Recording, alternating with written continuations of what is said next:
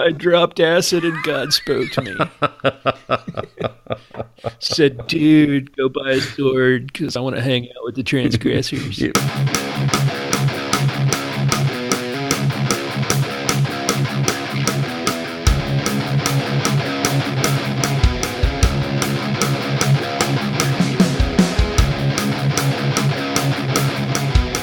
Bringing you law, gospel, and guns. Welcome to Armed Lutheran Radio.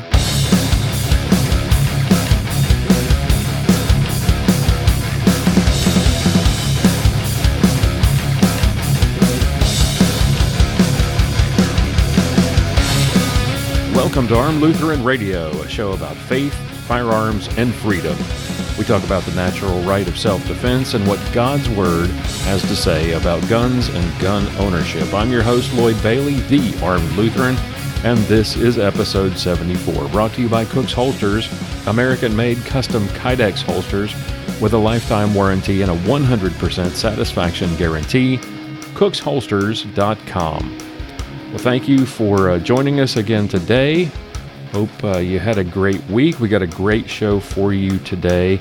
I sound a little froggy. I'm tired. Sergeant Bill and I just got back from the Oklahoma State IDPA Championship, which was sponsored by Cook's Holsters. We had a really good match, had a lot of fun, gave out some Cook's Holsters gift certificates and some swag, met some really great people. It was another good day for Team Armed Lutheran. Sergeant Bill finished first place CDP expert and was CDP division champion. He also finished 6th overall. I finished 4th place SSP marksman. Shot the match with the Janik TP9 SF Elite. I will have a review on that gun next week on the show. It was just a great match, great people, a lot of fun. Even tried my hand at the pistol caliber carbine side match after the match was over with while we were waiting for awards and scores. It was just one stage. I'd never shot this gun before. It was fun. It's the second straight year shooting a sanctioned match at the United States Shooting Academy in Tulsa that I finished 4th place and brought home a trophy. Interesting coinkydink there. Anyway, we got a fun show for you today. We've got content from all of the cast members, Aaron Israel, Sergeant Bill, and Mia Anstine.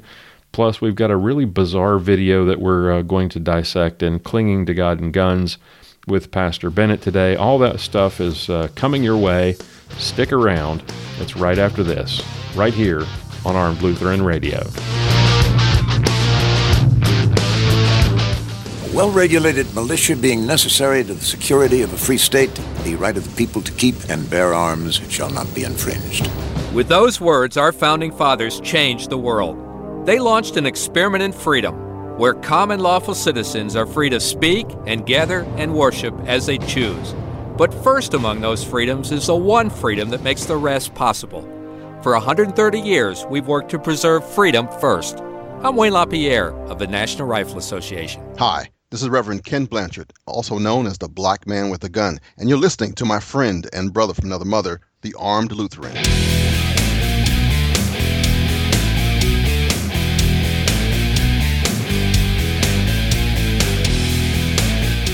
It's time for this week's self-defense tip from Aaron Israel of Fundamental Defense.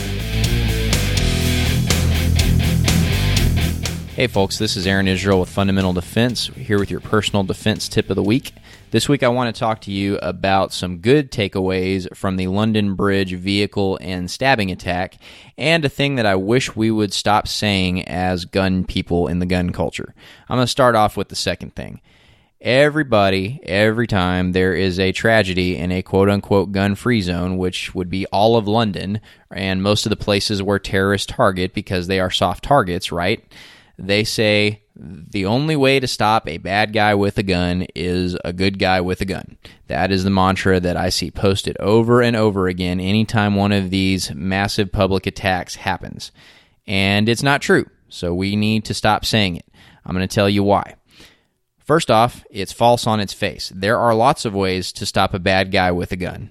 even if you don't have a gun. You can tackle the guy, like the guy in London did. The police officer who first responded rugby tackled the guy and used his bare hands and his baton and whatever else was available to him to take the guy down, while there were also people who were bystanders who picked up chairs and threw them at him, threw bottles at him, all that sort of thing. Things that we would teach people to do in an active shooter response course, assuming that they might be unarmed and are likely to be unarmed when one of these things takes place, because they usually take place in these gun-free zones. So just because you don't have your firearm, it does not mean you cannot overcome the bad guy with the gun. More often than not, it is people who are unarmed who are able to stop these things. So obviously, I am not saying that it's good that people are unarmed in these situations. Obviously, if you happen to have your firearm and one of these things took place, you would have a more efficient means for self-defense than using a chair or tackling the guy. So I'm not making the argument that having a gun would not enhance your safety in that situation if the opportunity presented itself for you to return fire. What I'm saying is that just because there's no good guy with a gun there doesn't mean that you can't stop the bad guy. The whole with the gun part doesn't matter. It's irrelevant. What it takes to stop a bad guy is a good guy with the will to fight and using whatever means he has to do so in that moment. So the will to fight and the willingness to improvise and the willingness to confront that evil is what really makes the difference, and a gun just enhances your ability to do that. So it's better if you have a gun, but saying the only way to stop a bad guy with a gun with a good guy with a gun tells most people who are not part of the gun culture, which is like, 60 to 70% of the population in the world, tells them that they're screwed, that they can't fight back, that there's some mystical power about a gun that only a gun can overcome, which is totally wrong. And if the anti-gunners apply that mystical talisman approach to the way that they look at guns and try to make them seem like magical death rays like they do, we get mad at them. But then we turn around and do the same thing with the bad guy versus good guy with a gun mantra. So we need to stop saying that. And in that, we can look at some of the good things that happened at the London attack on the bridge. There were people fighting back with improvised weapons, starting out with the first police officer who was there. He didn't have his gun. He was not one of the armed police officers in Britain. A lot of them are unarmed. But he did what he needed to do. He rugby tackled the guy, and he started beating him with his baton and was able to stop the attack before more people died. So imagine if everybody had the wherewithal, whether they're a police officer or not, to be willing to tackle a guy with a gun. I've seen plenty of videos, like the most recent one I saw that illustrated this really well was the Florida airport attack, where the guy got a gun out of his luggage and started shooting people in the baggage claim area. There were people on that video standing within 5 feet of the guy who didn't tackle him. If you're in that situation, tackle the guy. Like, that's one of the things that I tell people who really aren't thinking about probably being armed because they're either not allowed to, or it's likely that they wouldn't be able to carry a gun because of practicality or legality, and they still want to be able to fight back. I tell them, hey, let's get the football coach over here and learn how to do a good open field tackle. That could save your life. That could stop the threat.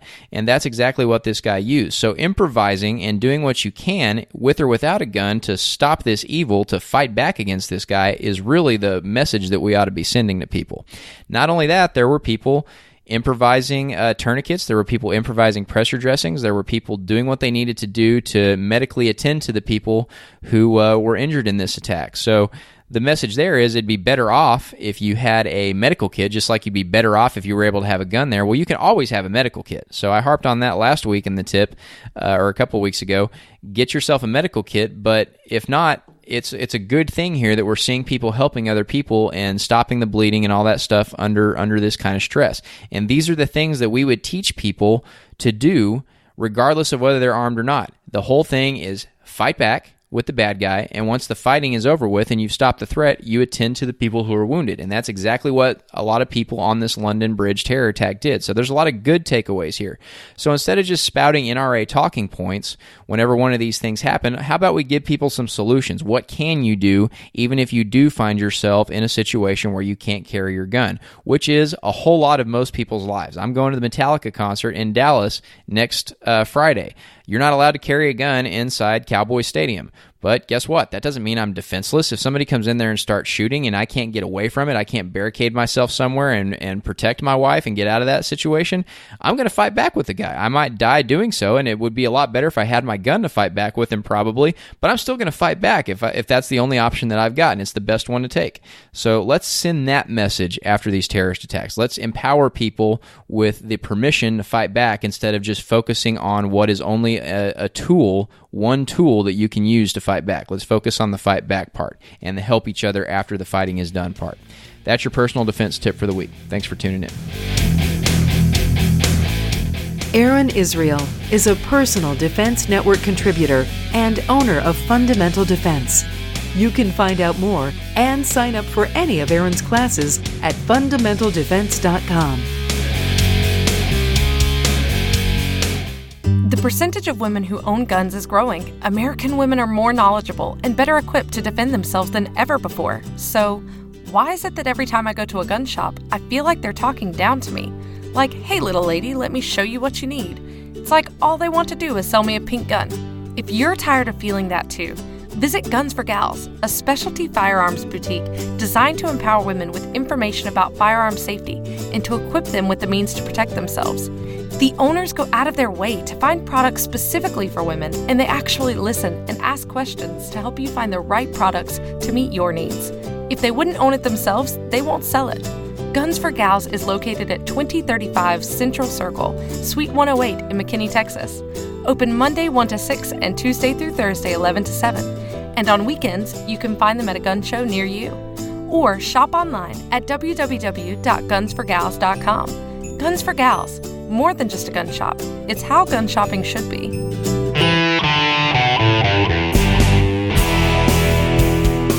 Up next, it's Mia's Motivations with Mia Anstine. Hi, everybody. Thank you for having me again for another week on Armed Lutheran Radio. I'm so happy to be here with you. I am finally getting a little reprieve. I have been in meetings, and more meetings all week, and all of them are good.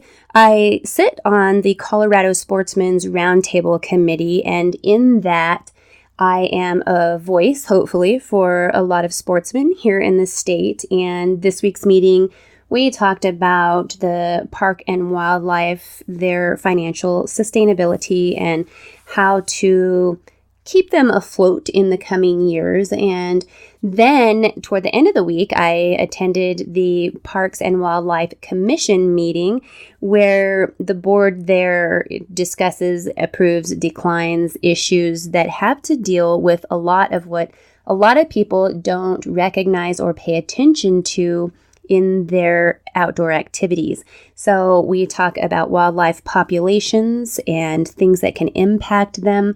A really cool study that they're doing in the southern part of Colorado on elk, and they're studying populations there. So that was really cool and exciting news for me since I'm a hunting enthusiast, but also I am so excited because hopefully my friends from Armed Lutheran Radio can eventually come to Colorado and shoot at a facility that will be opening in the future. It is operated and owned by Colorado Parks and Wildlife, and it's in the works. It's not open yet, but it's called Cameo Shooting Center, and it is actually up in the northwestern part of the state. So as that develops, I can't wait to give you more info because there will be ways to shoot 3-gun and handgun, long range, all of it. So I'm really excited about that. I'm excited to share some of this news with you because part of our mission here is to encourage other people to get out there and to hunt and shoot and enjoy the outdoors.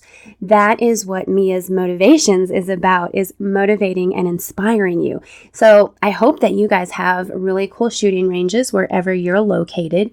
and I'm excited to learn of new ones in our state. Another one that isn't in my state, but one that I really enjoy visiting is the NRA Whittington Center, which is in Raton, New Mexico. If you haven't been there, I highly recommend going, look at their schedule of events and check it out, because that is really, really cool.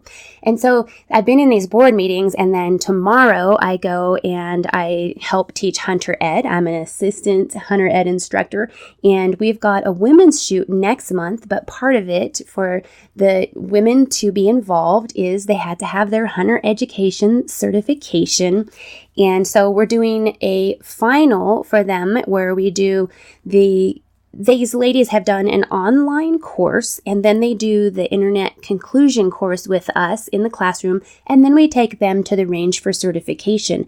And so in that, I really wanted to share with you, if you already hunt, if you've already taken hunter education, I want to motivate you to take one person out and take them hunting. Teach them how to hunt, share hunting with someone else. And the first place to get started, if you don't know where to get started, if you haven't gone hunting yet, the first place to get started, and as I said, you can do a course online on the internet, is go to huntered.com. You select your state and you look there. You can find online courses as well as in-person courses where you can take classes and get your Hunter Ed certification.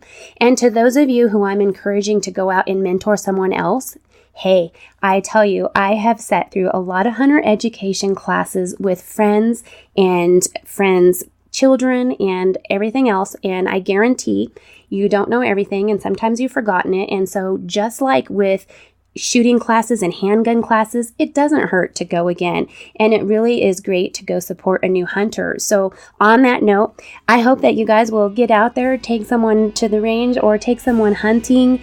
And I hope you're having a fabulous summer. Talk to you next week. Bye, guys. You can read more from Mia and watch her YouTube videos at miaanstine.com.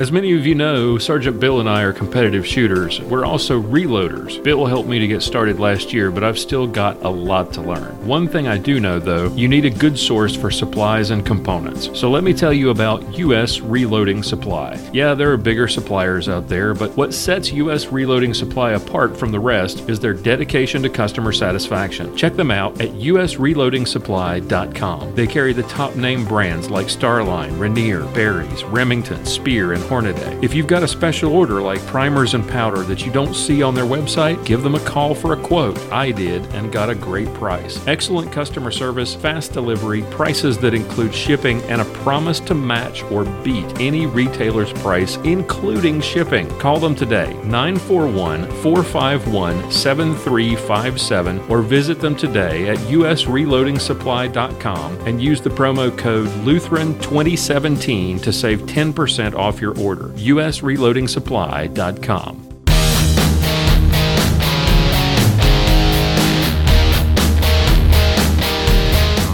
Time now for another Ballistic Minute with Sergeant Bill Silvia.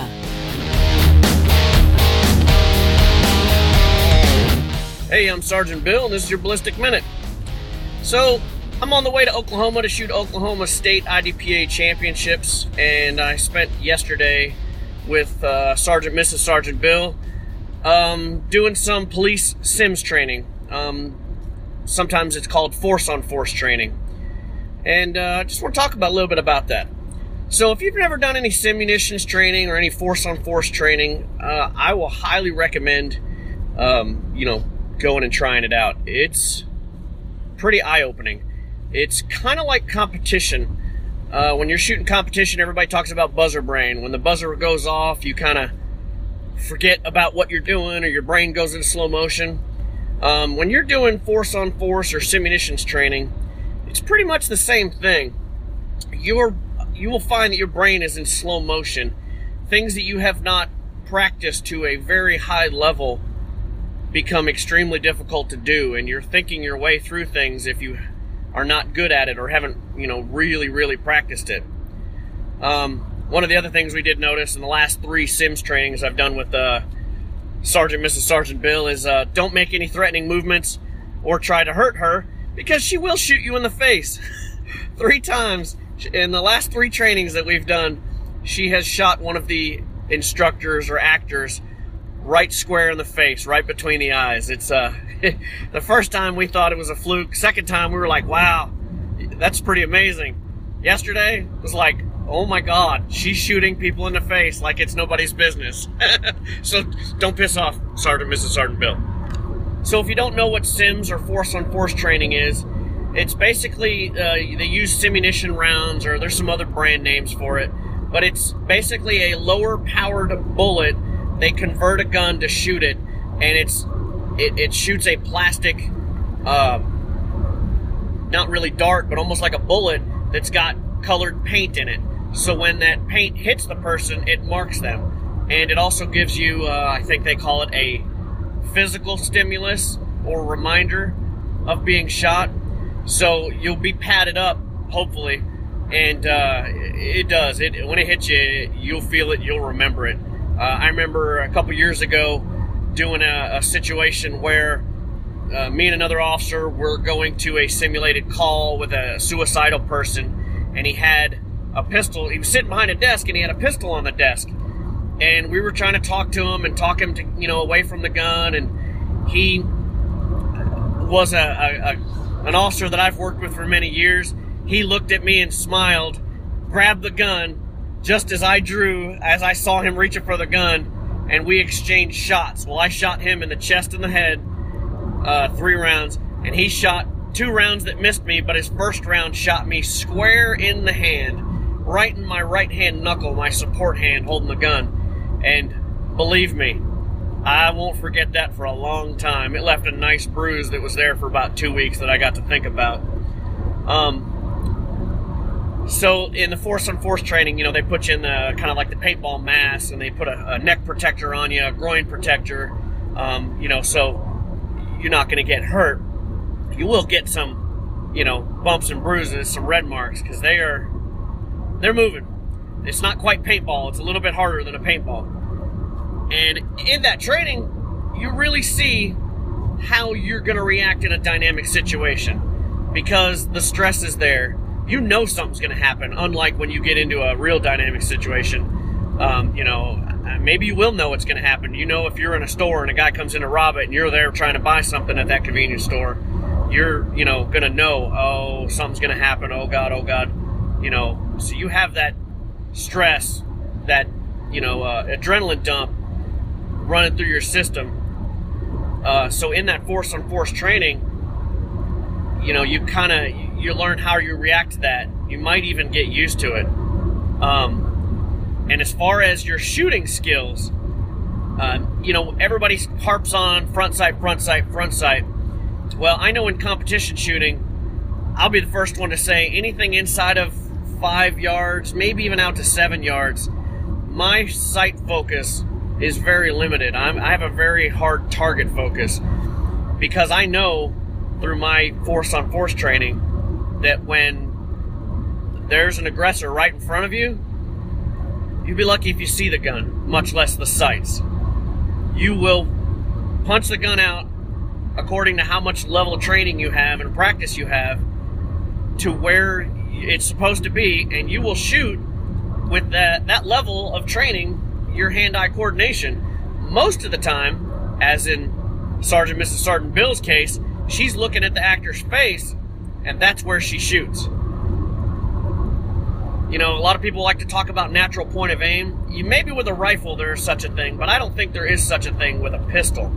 I think if you look at it and you draw, your gun's going to punch out to what you're looking at, what you're focused on. And if you have a hard focus on that simulated bad guy's face, you're going to punch your gun out on your draw pointed right at his face.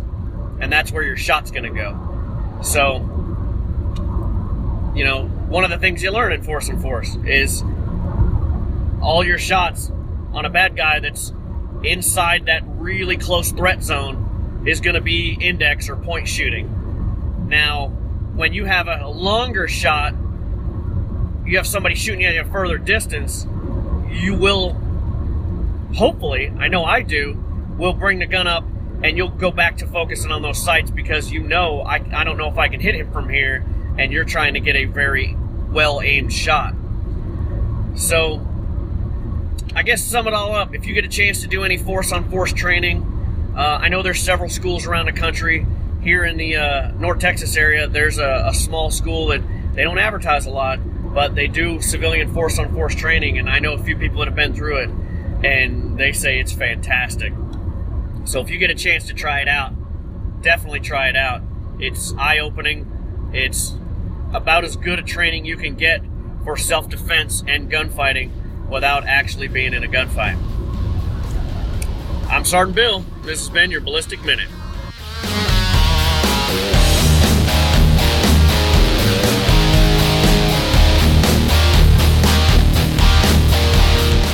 Sergeant Bill Silvia is a 15-year veteran of the Dallas Police Department and masterclass competitive shooter. You can watch Sergeant Bill's shooting videos at armedlutheran.us/Sergeant Bill.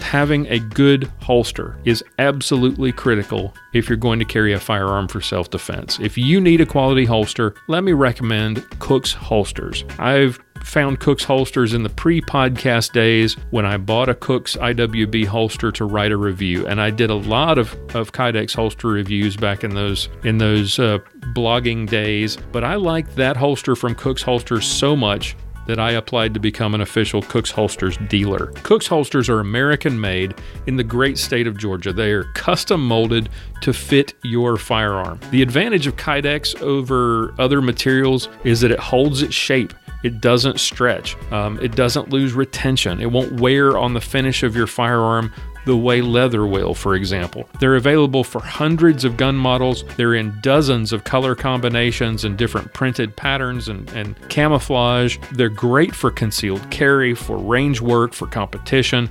They come with a lifetime warranty against defects and a 100% satisfaction guarantee. Check them out today, www.cooksholsters.com, or visit the Armed Lutheran shop at armedlutheran.us/shop. Use the promo code ARMEDPODCAST to save 10% off of your order, and make sure you've got a quality holster and don't settle for anything less. Go to cooksholsters.com today.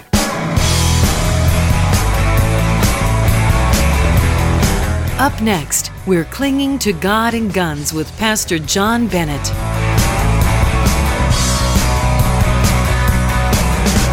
Welcome back to Armed Lutheran Radio. Time now for Clinging to God and Guns, where we examine and debunk articles, interviews, and videos that falsely use Scripture to try to support an argument in the gun rights debate. We're joined, as always, by John Bennett, pastor at St. John's Lutheran Church in Willow Creek, Minnesota.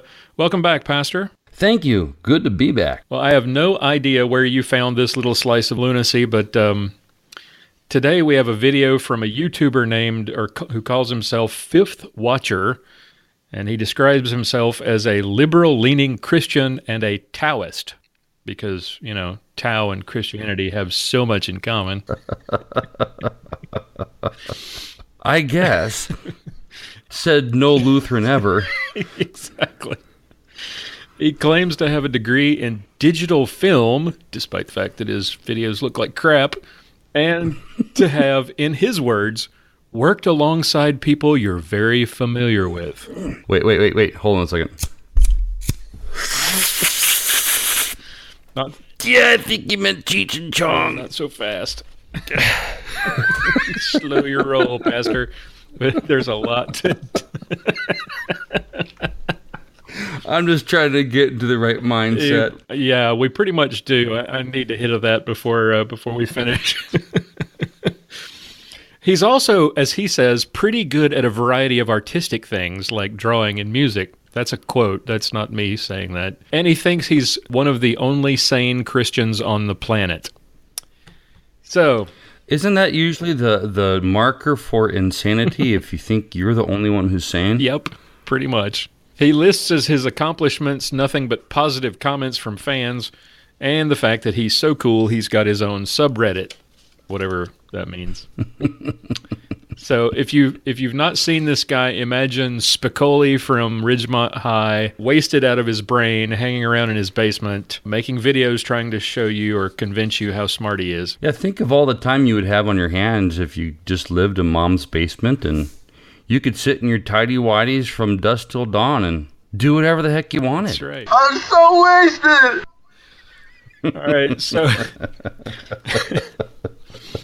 this little video is entitled Jesus and Guns and Bombs. So here we go with our first clip. In Luke 22:36, Jesus tells two of his followers to sell some of their stuff and buy a gun. Wait, did I say gun? I meant sword. In any case, this verse is often used by those Christians who are conservatives first and Christians second to justify gun ownership.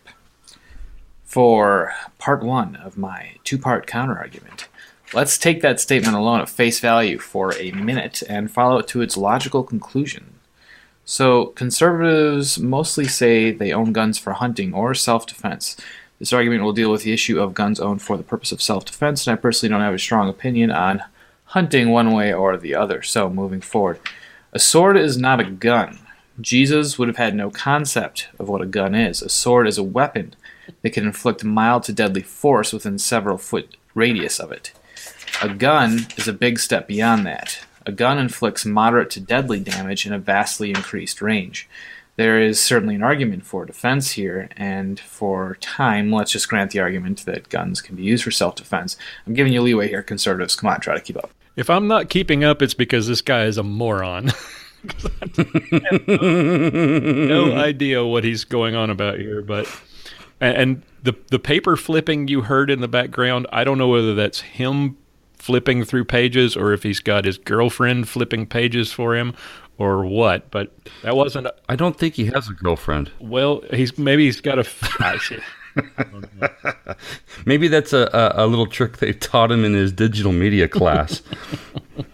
Right, put background noise to make it sound like you've got friends. We'll deal with the Bible verse shortly because he's going to delve into it horribly, but so let's deal with all the stupidity in this first clip. Any thoughts on what we just heard there? Well, aside from the fact that he's clearly out of his mind, let's look at it just from the perspective of a sword wound versus a gun wound. If you talk to anyone who works in trauma, you're more likely to die from a bladed weapon injury than from a gunshot, depending on the shot placement, because you can make much larger wounds with a knife or with a sword than you can with a bullet. Right. I've seen, and I did some research on this, and I found some interesting statistics, but they don't compare.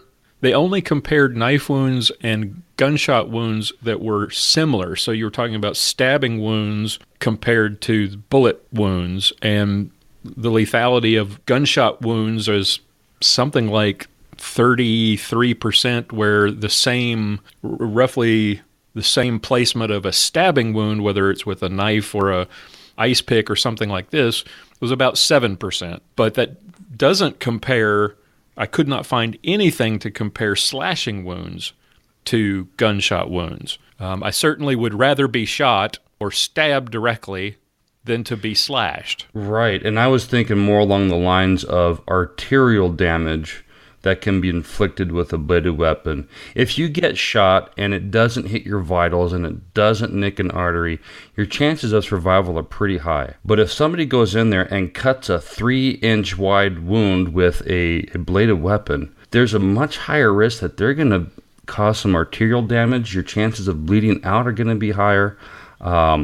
There was a video that I had seen on Facebook a while back of a police officer who had gotten attacked by a knife-wielding whack job, and the wounds on this guy, he had a cut on his back from one side to the other, and just well over 100 stitches to put this guy back together, and he almost bled out.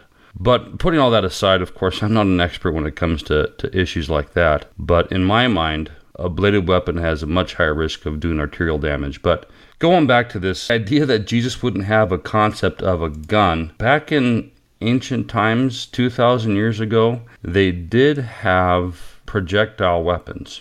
They did have bows. That's something that even back in the Psalms, you see references to bows. So weapons that could kill from a distance, that wouldn't have been a foreign concept to Jesus. Well, and that's the other thing.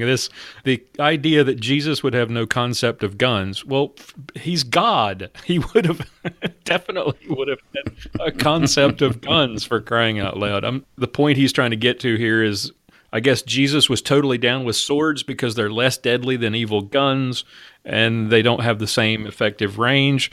Like you said, what about bows? What would Jesus have thought about bows? I mean, the longbow in the Middle Ages was essentially the assault rifle of the day. Oh yeah, you look even back in the Middle Ages, how you would have an entire garrison of archers, and they would just unleash hell on their enemies from a distance. The idea of an instrument of death that could kill from 50 meters away, that was something that was not a foreign idea to anyone living 2,000 years ago. And I love this line about how swords can inflict mild to moderate damage, while a gun can inflict moderate to deadly damage. When you get your information from playing World of Warcraft or Dungeons and Dragons, this is the kind of thing you come up with. I mean.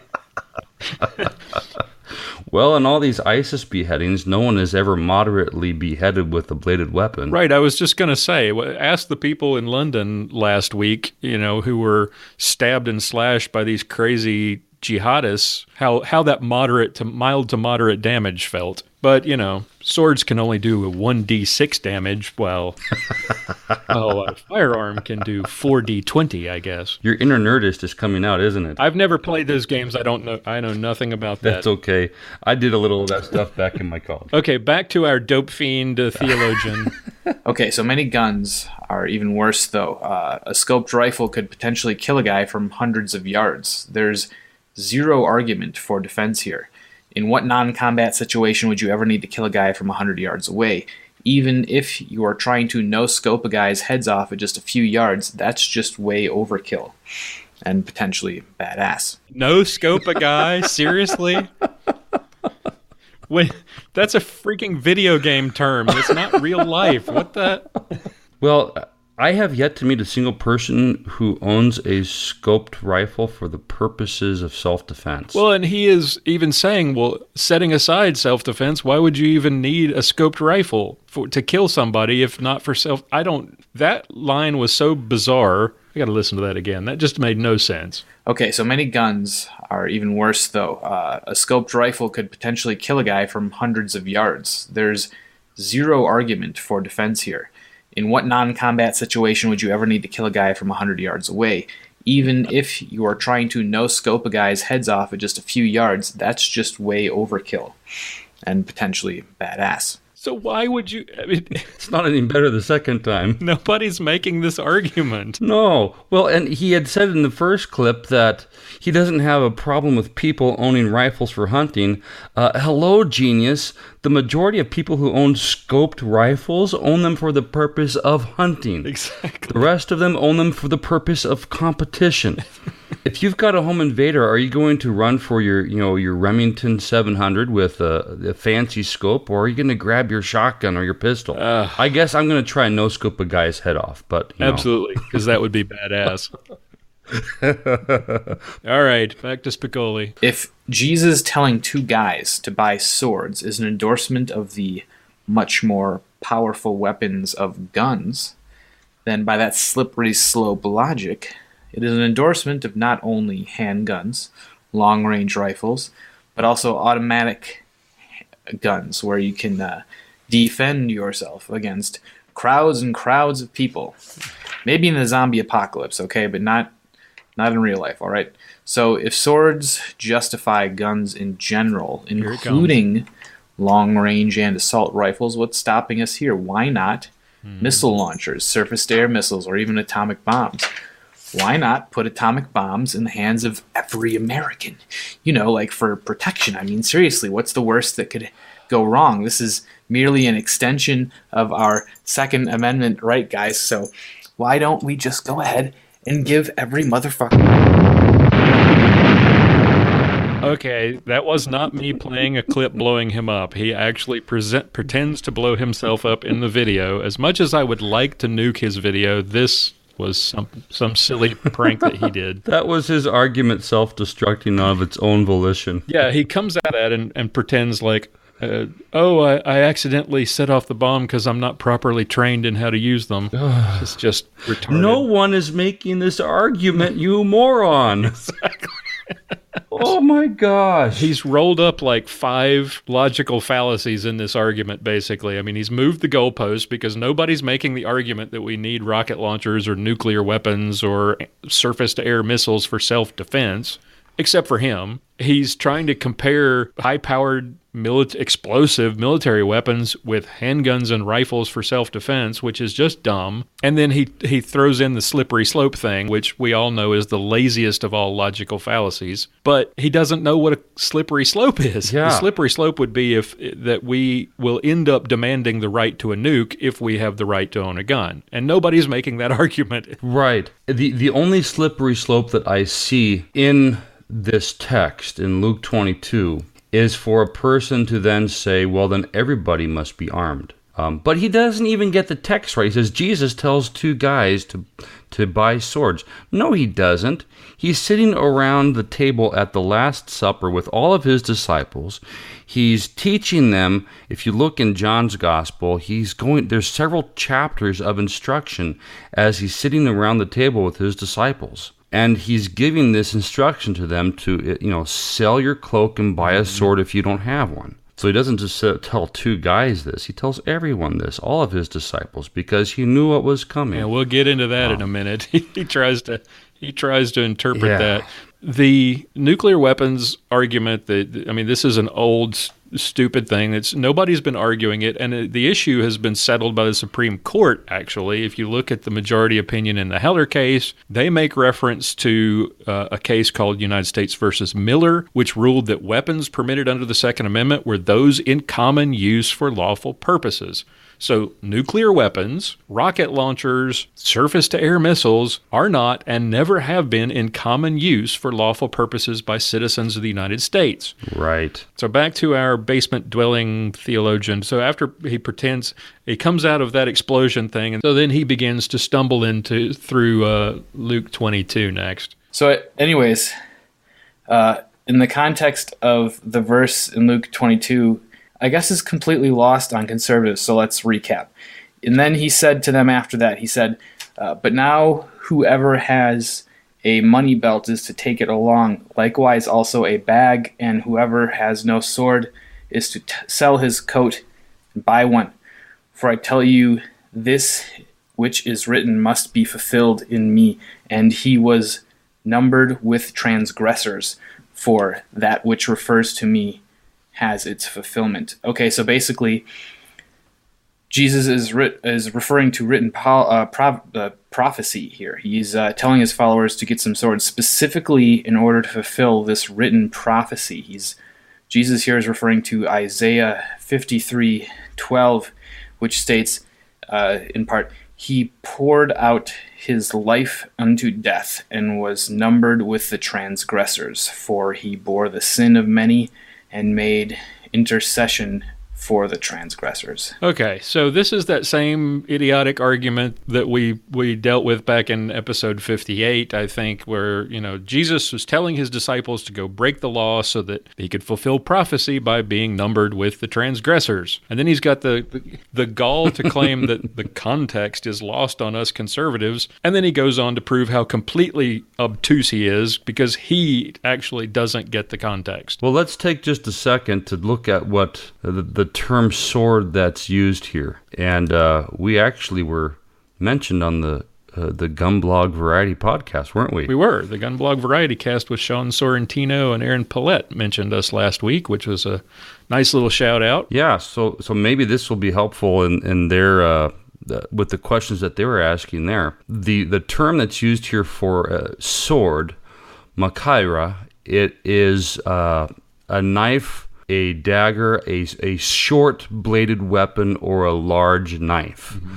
So if owning a knife means you're a transgressor, then I guess that fulfillment of being numbered with the transgressors has been fulfilled countless times throughout the ages, because I've got big knives sitting in my kitchen, so I must be numbered with the transgressors when I'm around my other family members if they're in the home. So the argument that this was, the way that this prophecy was fulfilled was because the apostles then carried knives, and then Peter used his knife in defense, an attempted defense of Jesus to prevent him from being taken away. That is the fulfillment of this prophecy is completely moronic. Because you look at that passage from Isaiah, and it's not referring to the events in Gethsemane. It is a prophecy to the crucifixion. But I guess that wasn't taught in his digital media course at Basement Community College. Yeah, we'll get to that. We'll get to that in a minute when he actually tries to explain it all to us dense conservatives. Well, let's address this really quickly again. Why did Jesus tell his disciples to buy swords? Because of what was coming. He had told them that you will be hated by all for my name's sake, that they will persecute you in the synagogues, they will throw you out.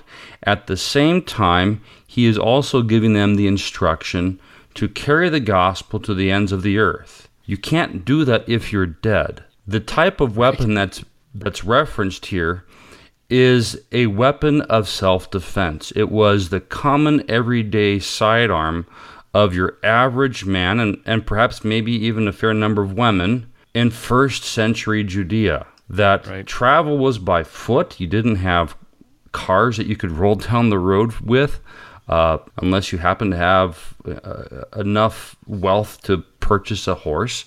And there was highway robbers, there was wild beasts, there was all sorts of dangers. Now, he says he's going to be numbered with the transgressors. Was he talking about the sword-carrying disciples? Was he talking about Simon Peter, who strikes the servant of the high priest? Who are the transgressors that Jesus is referring to and that are referred to in Isaiah? He's speaking of those criminals whom he was crucified with. That is what it is referring to. So let's look at Isaiah 53, verse 12, in the context of the verses surrounding it. We'll just start at verse 9. They made his grave with the wicked and with the rich man in his death, although he had done no violence and there was no deceit in his mouth. Yet it was the will of the Lord to crush him. He has put him to grief. When his soul makes an offering for guilt, he shall see his offspring. He shall prolong his days. The will of the Lord shall prosper in his hand.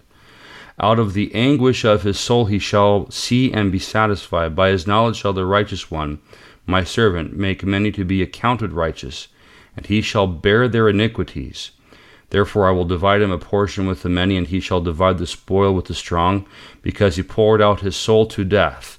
And he was numbered with the transgressors, yet he bore the sins of many and makes intercession for the transgressors. You look at that immediate context of the prophecy that Jesus is quoting in Luke chapter 22, and it speaks of the crucifixion. It does not speak of the arrest in the Garden of Gethsemane. There is no way whatsoever that Jesus could be referring to Peter's actions in Gethsemane as a fulfillment of that prophecy. So he reads from Isaiah, as we heard just a moment ago, and talks about how we're missing the context, but he skips over the parts about pouring out his soul into death and bearing the sins of many and making an intercession for transgressors, and hones in on the part about being numbered with the transgressors and misses everything else. Right. So yeah, completely ignore that this is speaking of the cross and the fact that he was crucified between two thieves, the transgressors, and just focus on the events where, Peter uses his knife/dagger/short sword in defense of Jesus. All right, so time to hit the bong one more time for our final clip to interpret, you guessed it, Matthew 26:52. So then later back in Luke times, Jesus' followers get 2 swords, and then he's like, all right, that's enough, 2's good. And then later in Luke 22:51, one of the guys uses his sword and cuts another guy's ear off, and Jesus is like, hey, stop doing that, please, because that's not the point. The point was simply and plainly to fulfill that prophecy, and he did. He didn't say, load up on guns and kill your friends. What? the heck is that? Back in Luke times, Jesus tells his disciples to buy swords so that he can fulfill prophecy. Yeah, see, here's the thing. They're two very different things. That going back to his insane argument that Jesus was somehow fulfilling prophecy by telling his disciples to buy a sword, people try and take these two things together. They don't go together. They're two separate things. The instruction to buy the sword is one thing. The fulfillment of prophecy is another. Now, let's deal with this issue that somehow two swords are enough. And this is one of those texts. I think we visited this a while back in another episode. It is enough. When Jesus says it is enough, he's not talking about the swords. I want to make that very clear. And this is something you can only understand if you have knowledge of the Greek text. The beautiful thing about Greek is that every word ending is either singular or plural. Now, when we say it is enough, that could be referring to something that is singular or plural in the English language, not in the Greek. Because in the Greek here, Jesus is using, as Luke records it in the Greek language, the words it and enough are both in the singular ending. According to Greek grammar, if it was referring to swords, because swords is plural, the words it is enough would also have to be plural. Jesus is not saying it is enough regarding the swords. What I believe those, and in the Greek it's just two little words, what Jesus is indicating here is that's enough instruction for tonight, because immediately after this, they head out to the Mount of Olives. They head to the Garden of Gethsemane. And remember earlier I mentioned that in John's Gospel, Jesus teaches for several chapters as they're sitting at the Passover feast where he institutes the Lord's Supper. So when Jesus says it's enough, he's not talking about two swords. So that completely shoots to heck any argument that a person wants to make that two is enough. Jesus puts no restriction on it. This is why you don't trust your theology to some guy in his basement. You need to get out of the basement. Right. Go to church. Listen to somebody who knows what they're talking about. Just because you've got a YouTube channel and your own subreddit doesn't mean you know anything about anything. It just means you're probably unemployed and have nothing better to do with your time. Yeah, probably. And what the heck does that last line was just bizarre. You know, load up guns to kill your friends. I have no idea where the heck that came from. All I need are some tasty waves, cool buzz, and I'm fine. Final thoughts on this mess? 2,000 people have subscribed to this guy's channel and clearly think he knows what he's talking about. There are clearly several thousand people being misled by this nonsense. Don't trust your theology to a guy whose primary exegetical tool is Google. I think that's the best advice I can give to this. I'm surprised he didn't bring up visions that this was revealed to him by some divine revelation, as bad as this is. At least then he might have had some sort of an out of trying to claim that this is what God told him. But all right, I think that's going to do it till our next drum circle. Thank you, Pastor. I appreciate it. It was a pleasure. And thank you all for tuning in. Thank you for listening. Tune in next week for another edition of Clinging to God and Guns right here on Armed Lutheran Radio. John Bennett is the pastor at St. John's Lutheran Church in Willow Creek, Minnesota. For more information, visit stjohnswillowcreek.org. And that's going to wrap it up for another episode of Armed Lutheran Radio. Thank you for subscribing, downloading, and listening. We really appreciate your support. If you hear anything on the show that you would like to comment on, or you've got an article or something, a suggestion or a question for a member of the cast, visit the feedback page on the website, armedlutheran.us/feedback, and send us an email or a voice message. We'd love to hear from you and play it on the show. So we'll have some listener email coming up next week, so if you want to get in on that, send us a message and you'll be a part of episode 75. Also, be sure to check out the Reformation Gun Club, gunclub.armedlutheran.us. for just $1.50 a month or $15.17 per year. You can get access to lots of cool members-only content. Check that out, gunclub.armedlutheran.us. Be sure to join us next week for another episode of Armed Lutheran Radio. Until then, keep shooting, keep praying. We'll talk to you next time.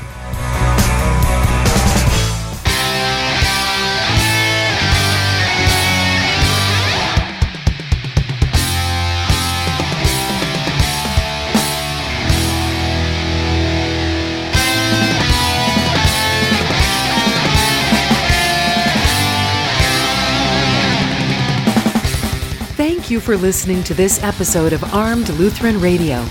For show notes, be sure to visit our website at www.armedlutheran.us. You can subscribe to this podcast on iTunes, Google Play, Stitcher Radio, and TuneIn.